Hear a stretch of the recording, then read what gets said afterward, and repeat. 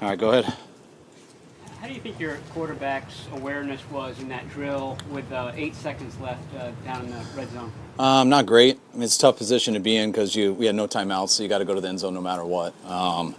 And so very rarely things are open in rhythm, so sometimes you try to buy time, but which is part of it. But when we threw it short, not into the end zone, that wasn't very good awareness because you got to go to the end zone or out of bounds. That's what the situation is. In researching Trey, did he have a lot of those types of situations? I mean, there was such limited college film on him. Has he been in, a situation like that? Not a ton. Their team was pretty good. Felt like they were blowing people out usually by the fourth quarter. So he hadn't been in too many. It was good to have it today, though. You're not always happy with everything, and it wasn't just his group. It was kind of all three of the groups. But it's good to – wish it went perfect, but it's good to have film when you go in. Glad it went good for the D. How are you going to use the quarterbacks for the exhibition opener? Do we start and then you go to left? I haven't told any of the teammates or the players yet, so I'll wait to tell them, and then I'll tell you guys as soon as I do, which I probably won't for a couple days. Are you game planning for this game, or when is the dress rehearsal? We never really game plan, but the dress rehearsal is the third game, Okay. where we try to do the whole week normal, but it's not a huge game plan really ever. Okay. Kyle, is Demetrius Flanagan Fowles dealing with something injury-wise? Yes, he was in the protocol after the scrimmage on Saturday. He got a little banged up, some friendly fire running one of his own guys, and he's in the protocol right now. How's the progress of Jaquaski Tart? Of who's that? Jaquaski Tart. I mean, not moving very fast right now. I mean, he hasn't been out there. I know he missed the time with COVID, and I don't know how long he's going to stay on PUP, but I don't see him coming back soon right now. Jalen Hurd, any update on him? With him not on the field, how is this hurting his chances going forward? I mean, it hurts it. I know he's battling back from a serious injury, and we know the potential he has and the upside on how much we think he can help us, but he's got to show that. And, there's not a lot of time left, but we want to be smart with him. I know some things were bothering him today, so we were smart with him, but hopefully he can get in a groove where he has a chance to go out there and play some football and give himself a chance to make this team. What is the update on him? No new update. He just didn't feel right this morning, so you guys can ask him after this. What do you see from the rookie backs when it comes to blitz pickup and pass protection? I see guys who are willing, but I see guys who need a lot more work at it. I mean, it's a total different deal in the NFL, and it's kind of a nightmare situation, I believe, if I was a running back, because in practice you can't cut them. So those guys are going to tee off on you a lot, and so when you sit and hunker down so you can handle the bull rush, then they make you look stupid and you whiff. So it's a tough drill to put them in. Their running back coach requested it hard today, so you can blame Bobby for that, but it's a necessary evil. You got to practice it, and you hope it gets easier for him in the game, because when there's a threat of the cut, that's usually the equalizer in the NFL. How those guys practice it when they can't practice it against a live human being? I mean, you don't much. I mean, you can go cut at a bag and say that's good, but when a guy's running full speed at you out of control, it's not very hard to cut. You just go down, and they usually fall on their face, and then that usually evens everything up, and that's why people in the NFL don't play out of control a lot. So hopefully they never take that away. Tart, it was the same toe injury. You hurt that in November. You say he's not really close.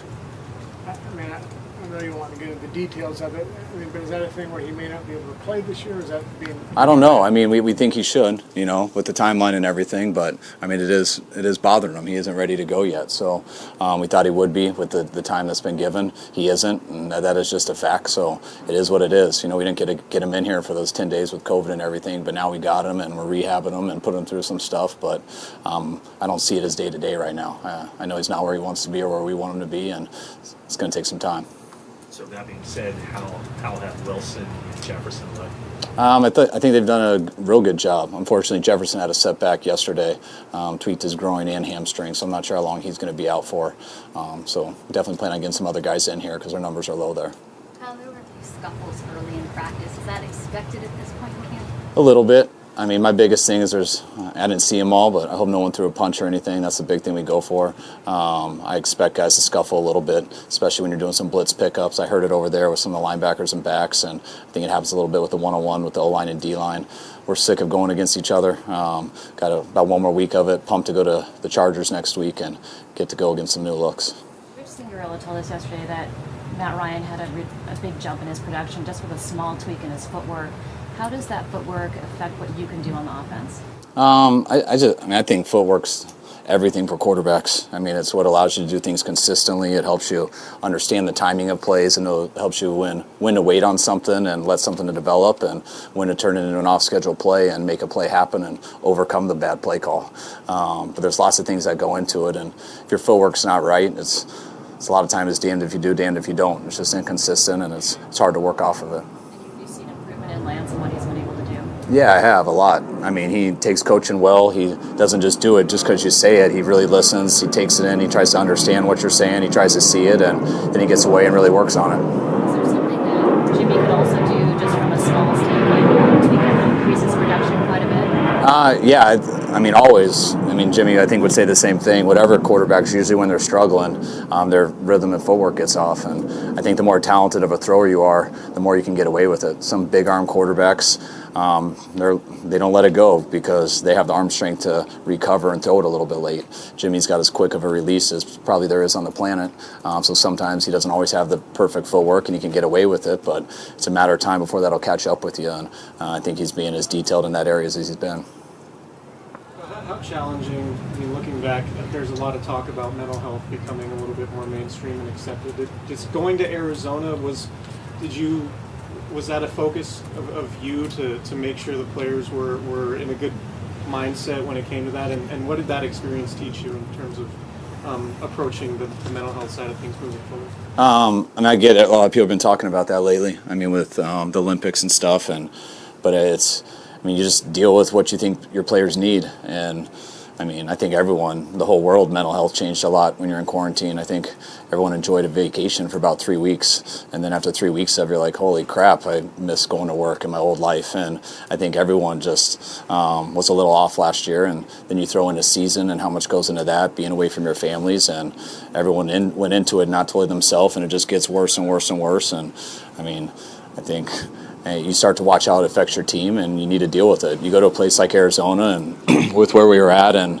kind of getting kicked out of the state at the time, and guys, when we're there, not just being able to see each other, it kind of added up, and it wasn't like a big epiphany. It was what we needed at the time, and everybody, not me, not just me, but the players, coaches, the support staff, the cooks. I mean, we have a cook who's never had a bad day in his life. And when the third week I saw him in Arizona and the way he looked, I knew we were in trouble because the way he was down, it's kind of that's how everyone felt at the time. Take 3 more.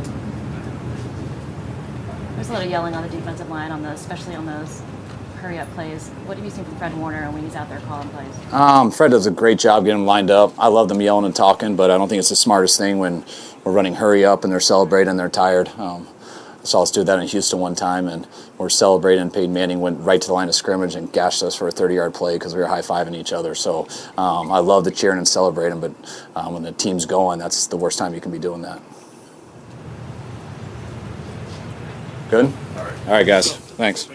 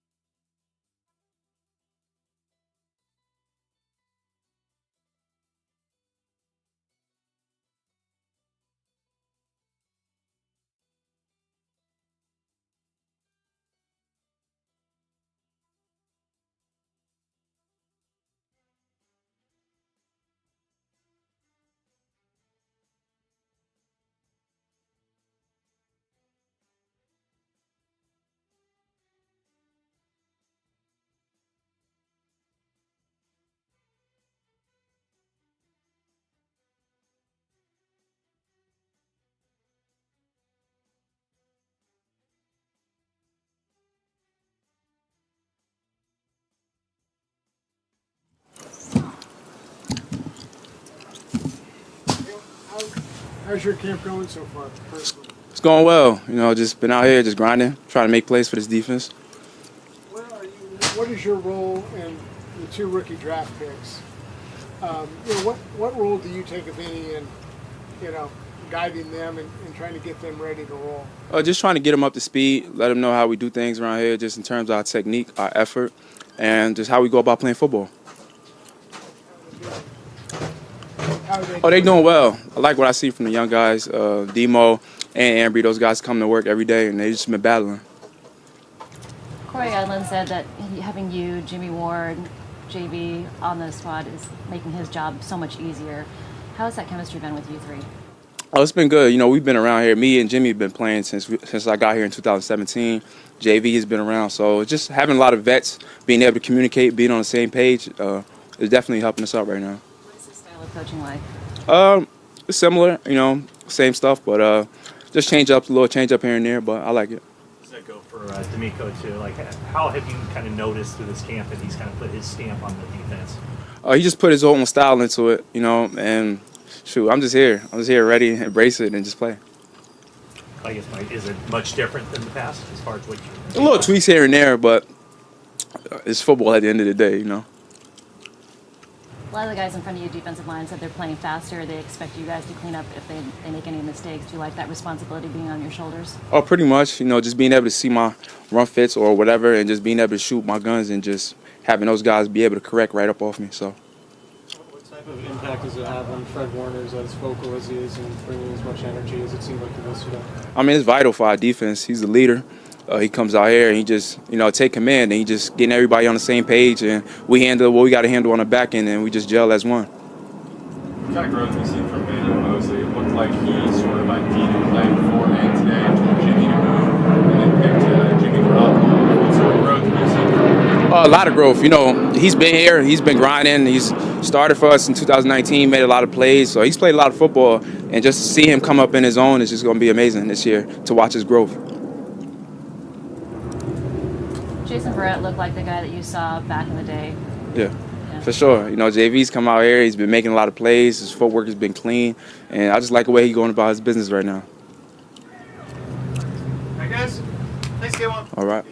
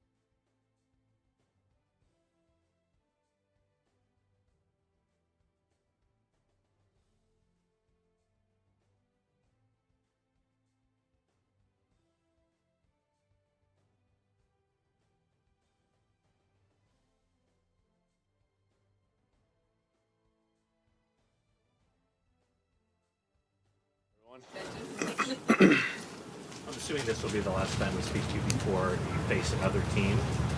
Maybe. Yeah, probably. It's his call. Yeah. So what is it? What will that mean to you to just see different people lining up across from you? I'm a big fan of it. I think training camp is it's awesome. It's fun. It's competitive. It's been very competitive out here. But you get tired of going against the same guys, same defense, day in and day out. So I think especially just the guys who are doing the hitting and stuff like that, I think they're looking forward to it. But yeah, it'll definitely be a nice change-up. Saw you talking to Lake, and he got into it a little bit today. What do you say to those guys to just, stop that sort of scuffle stuff going on? You got to stop it because it's practice, but you love to see that out of the guys. You really do. Lakin and all those guys up front, they set the tone for us, and they've done a great job of that this camp. Coming off the ball with urgency, hitting, and it's been impressive. We've had some really good pockets. I mean, they're going against a great D-line every day, and so if we can handle these guys, I think we can handle anyone. And Lakin seems like such a soft-spoken guy. To see him be the one, I mean, are you surprised, not surprised? A couple of years ago, I was surprised when I first saw it, but I've come to, it's the norm with Lakin. He, like you said, he is soft-spoken. He's kind of a gentle giant away from the field, but when you get him out here, and especially pregame, I mean, the guy's different. I'm glad he's on my side. Jimmy, ask you some quick questions about center and lower back sweat. Oh, jeez. Where Alex Mack kind of stacks up with the guys that you've worked with in the past? I don't know if it's just I don't know. I get a lot of sweaty centers. It's unfortunate at times, but we make it work. Yeah, I mean, Alex is he's no sweatier. Not, I don't know. That's a hard one to answer, but there. When that is happening, how difficult does that make how slick does ball become? How difficult does it make your job? It definitely makes it difficult if you're not ready for it, I would say. I think I've kind of learned throughout my career how to deal with it, but yeah, it's the best way I could describe it is you're playing in a dry game and all of a sudden it's a rain game when you get the snap. And so if you're not prepared for that, I guess it could throw you off at times. Kyle said the other day that Matt Ryan used to make Alex change pants like every period during drills. Is that something you're considering? Or? I've heard that. I don't. That's tough on guys. I think Alex done that. He's done that a couple days for us, but we have other ways to fight that. I can't believe we're talking about that. Kyle he said you might have the quickest release on the planet. Congratulations. But he said, he was talking in context of footwork, and sometimes you allow that release, you'll throw a platform. Or your footwork won't be perfect, but he said you've been more conscientious about your footwork, this off season.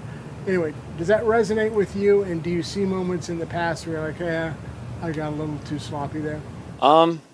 Yeah, I think the footwork it's a great spot to start with the offense because it kind of teaches you the offense. You read with your feet type of thing, and you get a feel for the plays and how they develop with your footwork, I guess you could say. But yeah, there's times when you're out there where maybe a pass rusher comes free or you see something happen. Things happen on the field where you have to adjust on the fly, I would say, and I think that's where the release helps me. But I think at the end of the day, you want to be perfect with your footwork. That's what I try to do, try to focus on it this offseason. And I think having a better understanding of the offense slows it down for me out there.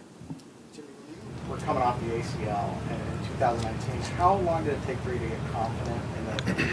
And when you see Nick coming out here off the ACL, how does he look like he's progressing? I mean, I haven't had a great look at him. We're kind of on set. Yeah. But no, I've heard nothing but good things about it. I'd say the confidence comes back getting out there, having live bullets flying, and I don't know, it's just a feel thing. There's not really a moment where I was like, oh, I feel great, I'm back to normal. But you make a move here, and you're like, oh, okay, I can do that, and your body starts remembering how to play the game again, I guess. 8-second drill today on the interception to Mosley. Is that a throw that you try to force in there? Yeah. I mean, I think that was our fourth down play, and so it was kind of the last play, last chance. There was a tight window in there, but yeah, just didn't fit it in. It's one of those live and learn and practice, and don't do it in the game. George Kittle was one of his goals during the offseason was to get better at his route running. Have you seen that from him? Yeah, I have. George, man, he's when he sets his mind to something and decides he's going to get better at something, he does it, and it's impressive. You know, just the details that he puts into the routes, and you know, obviously there's room for improvement always, but he's definitely made big strides in that category. Couple more, please. Make that for you and your communication with him or your work with him on the field. I think just the feel between, you know, me and him, and he has a good feel for space. Might not be the exact way the route's drawn up, but he has a feel for where he needs to be and where he needs to get. It makes my job a lot easier when you have guys like that who could feel the same thing that you're seeing, and it's just it's a unique ability. I mean, I assume a lot of guys in your position generally may not care how many snaps they get in the preseason. Maybe the less the better. This situation you're in, not that it's competition, but I mean, do you want to play more and just show where you're at and what you have, or not? Does it not matter? Whatever the coaches decide, if they decide, I'm pretty happy with where I'm at. You know, I think we're trending in the right direction. There's obviously room for improvement with things out here, just, you know, little mistakes that we need to clean up. But I'm pretty happy with where the offense is and where we're going. All good? All right. Thanks, guys.